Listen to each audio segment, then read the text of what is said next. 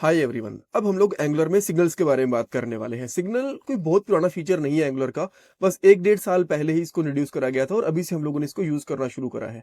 But ये काफी recommended feature है। जो नॉर्मल प्रॉपर्टीज होती है उनसे ज्यादा रिकमेंड करा जाता है सिग्नल वाले फीचर को। सो यहाँ पे काफी डिटेल में समझेंगे।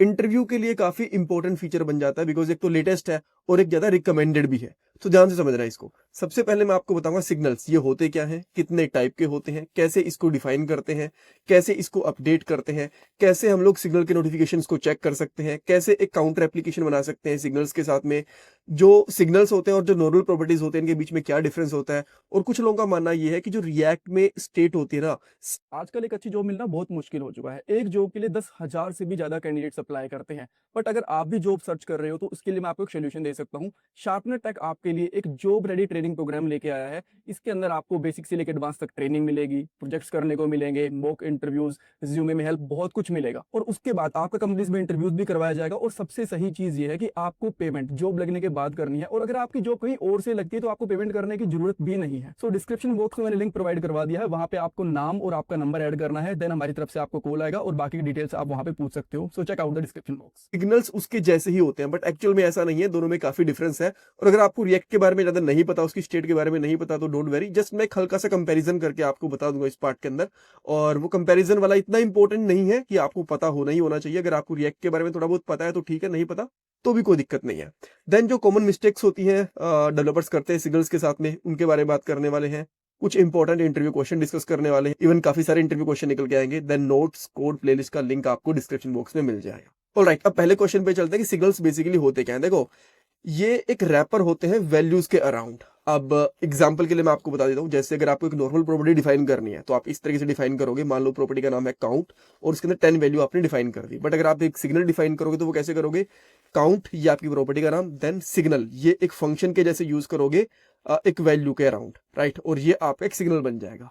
अब इसका फायदा क्या है? देखो, ये आपको एक सिग्नल देगा जैसे ही ये वाली वैल्यू चेंज होगी। अब आप बोलोगे कैसा सिग्नल? देखो, यूजुअली क्या होता है, जब भी आप लोग एक नॉर्मल प्रॉपर्टी को अपडेट करते हो ना, तो वो यूआई पे तो अपडेट हो जाती है। बट आपकी टीएस वाली फाइल के अंदर कभी भी डिटेक्ट कर नहीं सकते आप लोग कि एक वैल्यू चेंज हुई कि नहीं चेंज हुई। बट सिग्नल के केस में क्या होगा, यूआई के ऊपर तो आप इनको डिटेक्ट कर ही सकते हो, इनको चेंज को। जो टीएस वाली फाइल होती है ना, वहां पे भी चेक कर सकते हो कि किसी वैल्यू के अंदर चेंज हुआ है या नहीं हुआ। कैसे? अभी आपको एग्जांपल के साथ पता चलेगा। ऑलराइट, तो सबसे पहले मैं एक नॉर्मल प्रॉपर्टी डिफाइन करता हूँ जिसका नाम यहाँ पे रख देता हूँ डेटा। और इसके अंदर मैं कोई भी वैल्यू डाल देता हूँ। जैसे मैंने यहाँ पे डाल दिया 10, कोई प्रॉब्लम नहीं है। ये तो हो गया हमारी एक नॉर्मल वैल्यू। अगर इसको डिस्प्ले करवाना हो तो बहुत सिंपल है। मैं यहाँ पे एक H1 टैग लेता हूँ या फिर मैं एक H2 टैग ले लेता हूँ। H2 टैग लिया और इसके अंदर मैं यहाँ पे डाटा को इस तरीके से मेंशन कर दूंगा। देन आप यूआई के ऊपर आके इसको चेक करो, ये प्रॉपर्ली विजिबल है, बिल्कुल भी दिक्कत नहीं है। बट अगर आपको एक सिग्नल डिफाइन करना है तो आपको पहले उसका नाम लेना पड़ेगा। जैसे कि इसका नाम मैं यहाँ पे ले लेता हूँ काउंट, ठीक है। देन यहाँ पे आपको लिखना पड़ेगा सिग्नल। जैसे आप सिग्नल लिखोगे ना, या तो ये अगर वीएस कोड यूज कर रहे हो या फिर कोई अच्छा कोड एडिटर यूज कर रहे हो तो ऑटोमेटिकली डिटेक्ट यहाँ पे इंपोर्ट हो जाएगा। नहीं होता तो आपको यहाँ पे इस तरह से लिखना पड़ेगा, ठीक है। एंगुलर कोर के अंदर से इसको निकालना पड़ेगा। यहाँ पे निकाल लिया। देन इसके अंदर आप कोई भी डाल दो। जैसे कि मैंने इसका डाल दिया यहाँ पे 100 डाल दिया, ठीक है। अब अगर आप इसको यहाँ पे दिखाना चाहते हो ना, तो मैं यहाँ पे एक अगेन H2 ले लेता हूँ और यहाँ पे लिख देता हूँ सिग्नल, ठीक है, ताकि आपको पता चल जाए कि ये हमारे पास सिग्नल है। डबल कर्ली ब्रेसिस तो ऐसी लगानी है, बट जो हम लोगों ने काउंट लिया था ना, इसको इस तरीके से ब्रेसिस के साथ यूज करना है। देन यहाँ पे आपका सिग्नल आ गया और यहाँ पे आपकी नॉर्मल वैल्यू आ गई।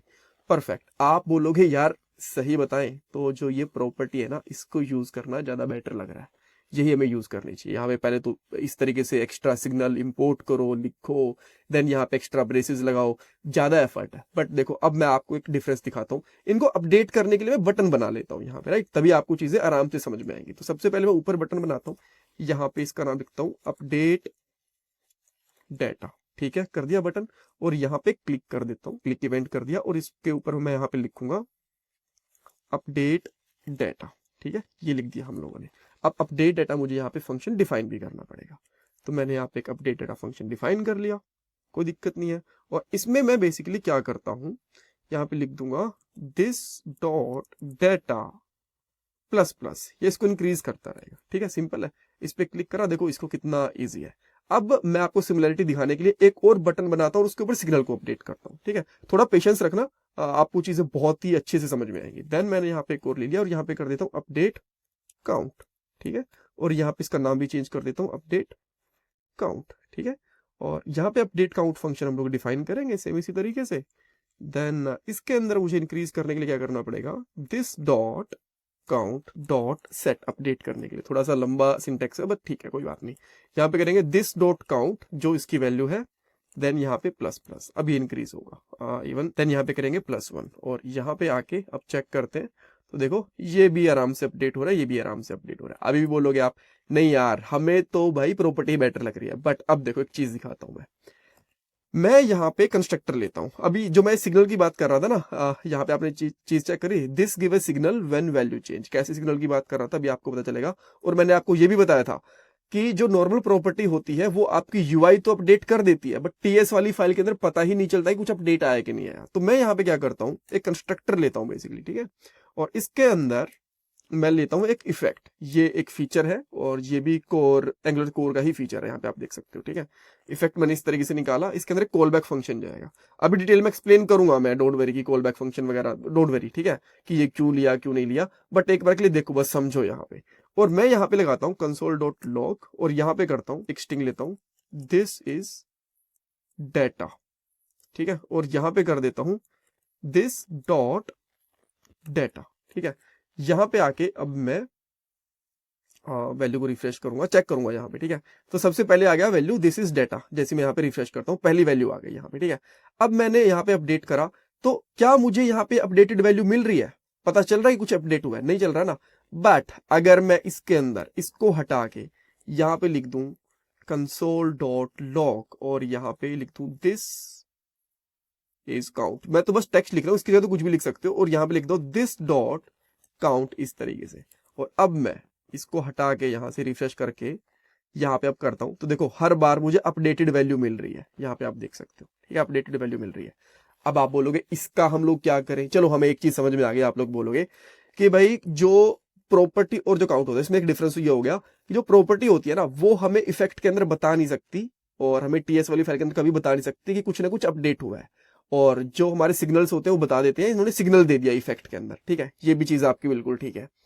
बट इसका करेंगे क्या, देखो इसका बेनिफिट है, मान लो आपको कोई भी एक जैसी ये वैल्यू अपडेट होती है उस पर कोई एक्शन परफॉर्म करवाना है, कोई एपीआई कॉल करवानी है, कोई लॉग इन करवाना है, लॉग आउट करना है, रीडायरेक्ट करना है, वो कुछ भी कर सकते हो। यहाँ पे एग्जांपल के लिए अगर मैं यहाँ पे कर दूं if this dot count equal to 110, अगर ये 110 पे पहुंच जाए, मैं 0 से भी शुरू कर दूंगा इसको, मैं 0 से शुरू कर लेता हूं, ठीक है, 0 से कर लेते हैं और 10 तक लेके चलते हैं इसको, ठीक है।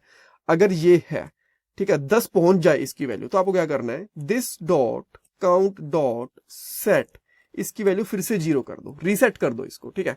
Now you can see there, थोड़ा सा जूम आउट करता हूं ताकि यहाँ पे आपको प्रॉपर दिखे, 1 2 3 4 5 6 7 8 9 10 आई नहीं, बिकॉज जैसे ही वैल्यू आई तो यहाँ पे 0 आ गया, ठीक है। इस तरीके से अपडेट कर सकते हो। अगर आप बोलो यार 10 तो आया नहीं तो यहाँ पे क्या करते हैं 11 कर लो, जो भी करना है, राइट, ठीक है। बट जहां पे भी इसकी वैल्यू मैच हो गई, कोई भी मैं यहाँ पे कुछ भी कंडीशन मैच करवाना चाहता हूं, सो तभी के तभी हम लोग यहाँ पे कोई ना कोई एक्शन परफॉर्म करवा सकते हैं, कोई भी हमें कोड एग्जीक्यूट करना है वो करवा सकते हैं, जो कि कभी भी पॉसिबल नहीं है एक नॉर्मल प्रॉपर्टी के साथ में। सो ये बेसिकली बेनिफिट होता है, इसलिए हम लोग बोलते हैं कि जो सिग्नल्स होते हैं वो रिएक्टिव होते हैं, वो रिएक्ट कर रहे होते हैं, ठीक है। इफेक्ट एक ऐसा आप कह सकते हो कोड ब्लॉक है जहां पे आप लोग इसके सिग्नल को चेक कर सकते हो, जो हम लोग यहाँ पे कह रहे हैं ना बार बार कि भाई इसकी सिग्नल देता है जब वैल्यू चेंज होती है। तो इफेक्ट एक ऐसा फंक्शन है, एक ऐसा कोड ऑफ ब्लॉक है जिसके अंदर आप लोग बेसिकली चेक कर सकते हो कि जो सिग्नल के अंदर लेटेस्ट वैल्यू क्या है, कुछ एक्शन वगैरह परफॉर्म करना है उसके चेंज होने पे, जो भी आप करना चाहते हो, ठीक है। ये बेसिकली कंस्ट्रक्टर के अंदर ही चलेगा मोस्टली, ठीक है।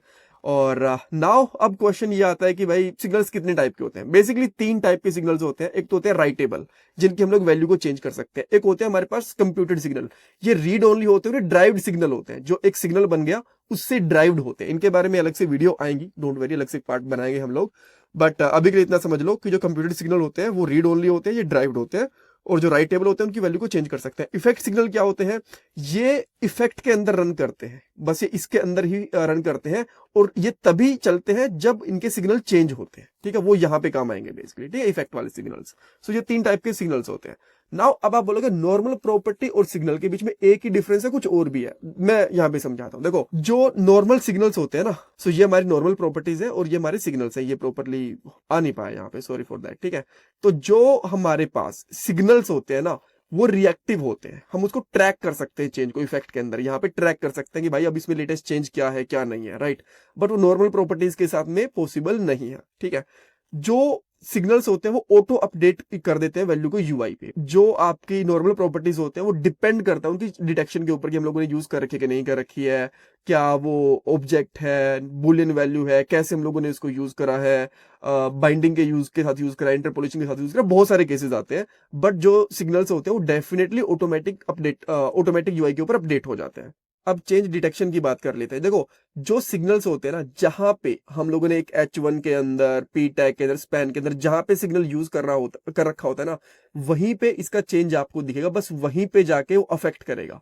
बट जो नॉर्मल प्रॉपर्टीज होती है पूरे कंपोनेंट के ऊपर अफेक्ट करते हैं। सिंटेक्स आपको पता ही है, यहाँ पे हम लोगों को इस तरीके से ब्रेसेस यूज करनी पड़ती है इनको कॉल करने के लिए। यहाँ पे हम लोग नॉर्मल प्रॉपर्टी के अंदर डायरेक्टली वैल्यूज को असाइन कर सकते हैं। अपडेट करने के लिए दो तरीके होते हैं, सेट एंड अपडेट। हाँ, सेट का मैंने यहाँ पे आपको यूज बता दिया, अपडेट मैं आपको नेक्स्ट वाले पार्ट के अंदर बताऊंगा। बट आपके लिए ये एक इंटरव्यू क्वेश्चन है कि कब आपको सेट यूज करना चाहिए, कब आपको अपडेट यूज करना चाहिए, ठीक है। और जो नॉर्मल प्रॉपर्टीज होती है उनके लिए कोई फंक्शन नहीं होते, डायरेक्टली हम लोग उनके अंदर वैल्यूज को असाइन कर देते हैं। जो ये सिग्नल्स होते हैं ये फास्टर होते हैं, ऑप्टिमाइज्ड होते हैं, वेल परफॉर्म्ड होते हैं। बट जो नॉर्मल प्रॉपर्टीज होती हैं ये स्लो होती हैं थोड़ी सी। ऑलराइट, अगर हम लोग बात करते हैं स्टेट की, जो मैंने आपको बताया था कि जो रिएक्ट के अंदर स्टेट होती है और जो सिग्नल्स होते हैं एंगुलर के अंदर, दोनों सिमिलर है कि नहीं। देखो जो सिग्नल्स होते हैं वो थोड़े से ज्यादा फास्टर होते हैं। जैसे कि जब भी ये यूआई के ऊपर अपडेट करते हैं ना, जहां पे एक्चुअल में अपडेट करना चाहिए उसी पार्ट को चेंज करते हैं। बट स्टेट आपकी क्या करती है, जो आपका पूरा कंपोनेंट होता है ना उसको री-रेंडर कर देती है। तो वैसे तो अगर रिएक्ट के हिसाब से देखें तो स्टेट काफी फास्ट होती है, बट अगर सिग्नल को और स्टेट को कंपेयर करें तो जो सिग्नल्स होते हैं वो ज्यादा फास्टर होते हैं as compare to state also, ठीक है। सो एग्जैक्टली सेम नहीं है, थोड़े बहुत लगते हैं कि रिएक्टिव प्रोग्रामिंग है, बट परफॉर्मेंस के अंदर काफी डिफरेंस है। जो सिग्नल्स होते हैं वो कभी भी कंपोनेंट को री रेंडर नहीं करते, आप चेक कर लेना, कभी भी कंसोल लगा लेना, यहाँ पे आके जस्ट एक कंसोल लगा लो, चेक कर लेना कि क्या आपको वो री रेंडर हो रहे हैं कि नहीं हो रहे हैं। जो सिग्नल्स होते हैं उसके इफेक्ट को आप लोग जो चेंजेस है यहीं पे डिटेक्ट कर सकते हो। बट जो आपकी रिएक्ट की स्टेट होती है वो पूरे कंपोनेंट को री रेंडर करती है, ठीक है। तो इसलिए थोड़ी सी स्लोवर रहती है। इंटरव्यू क्वेश्चन के अंदर एक तो ये स्टेट वाला जो मैंने आपको बताया, रिएक्ट की स्टेट वाला सिग्नल वाला डिफरेंस पूछा जा सकता है। सिग्नल्स एंड नॉर्मल प्रॉपर्टीज के बीच में डिफरेंस पूछा जा सकता है। सिग्नल कितने टाइप के होते हैं उसके बारे में पूछा जा सकता है। सिग्नल की डेफिनेशन, इसको यूज करने का तरीका, ये सिग्नल भेजते कैसे हैं, इफेक्ट के अंदर इसको कैसे डिटेक्ट करते हैं, बहुत सारी चीजें पूछी जा सकती है। अच्छे से देखना। अगर आपको एक बार में चीजें समझ में नहीं आई तो मैं तो रिकमेंड करूंगा एक बार और देख लेना इस वीडियो को, काफी अच्छा टॉपिक है। और हाँ, अगर आपको मॉक इंटरव्यूज देने हैं तो आप मेरे से टॉपमेट पे कनेक्ट कर सकते हो, करियर कंसल्टेशन कर सकते हो, रिज्यूमे रिव्यू वगैरह करवा सकते हो। देन उसके बाद में जो कोड नोट्स वगैरह हैं वो आपको thecodingskills.com पे मिल जाएंगे। यहाँ पे कोर्सेज पे जाना है आपको, सारे के सारे कोर्सेज के नोट्स यहाँ पे मिल जाएंगे। एंड प्लीज मैं रिक्वेस्ट करूंगा आपसे वीडियो को लाइक करना, चैनल को सब्सक्राइब करना, कमेंट सेक्शन में फीडबैक देना। बिकॉज सब्सक्राइब करने में आपका बिल्कुल भी टाइम नहीं जाता, बट इससे मुझे बहुत मोटिवेशन मिलती है। एंड लाइक एंड कमेंट भी करना। Thanks guys.